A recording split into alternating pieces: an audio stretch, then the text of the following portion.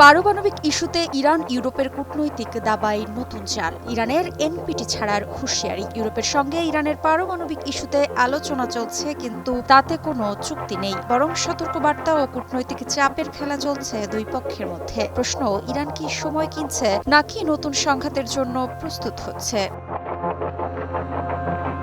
সম্প্রতি রাশিয়ার রাষ্ট্রীয় সংবাদ মাধ্যম স্পুটনিককে দেওয়া সাক্ষাৎকারে ইরানি সরকার মুখপাত্র ফাতেহ মোহাজেরেনি বলেন, ইউরোপের সঙ্গে যে যোগাযোগ হচ্ছে তা চুক্তি নয়, এটি মত বিনিময় মাত্র।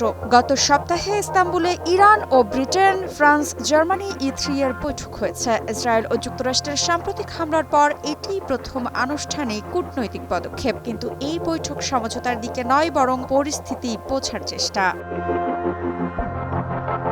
এই আলোচনার মাঝে ইরান একটি বড় বার্তা দিয়েছে। তেহরান জানিয়েছে, যদি E3 দেশগুলো জাতিসংঘের স্ন্যাপব্যাক নিষেধাজ্ঞা পুনর্বহাল করে, তাহলে ইরান নিউক্লিয়ার নন প্রলিফারেশন ট্রিটি NPT থেকে সরে যাবে। এই ঘোষণার পর নতুন করে উত্তেজনা ছড়িয়েছে, কারণ ইরান যদি সত্যি এই চুক্তি থেকে সরে যায়, তবে শুধু মধ্যপ্রাচ্য নয়, পুরো বৈশ্বিক নিরাপত্তা কাঠামোতে ভূমিকম্প হবে। তবে কূটনৈতিক সূত্র বলছে, এটি অস্ত্র তৈরির ঘোষণা নয়, বরং চাপ সৃষ্টির কৌশল।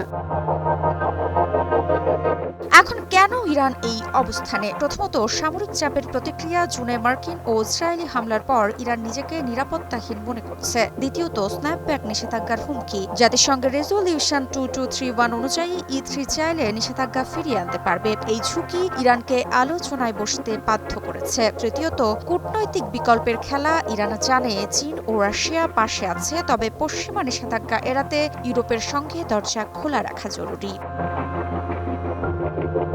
একমাত্র স্মার্ট সিটি বসুন্ধরা, আধুনিকতায় এক ধাপ এগিয়ে।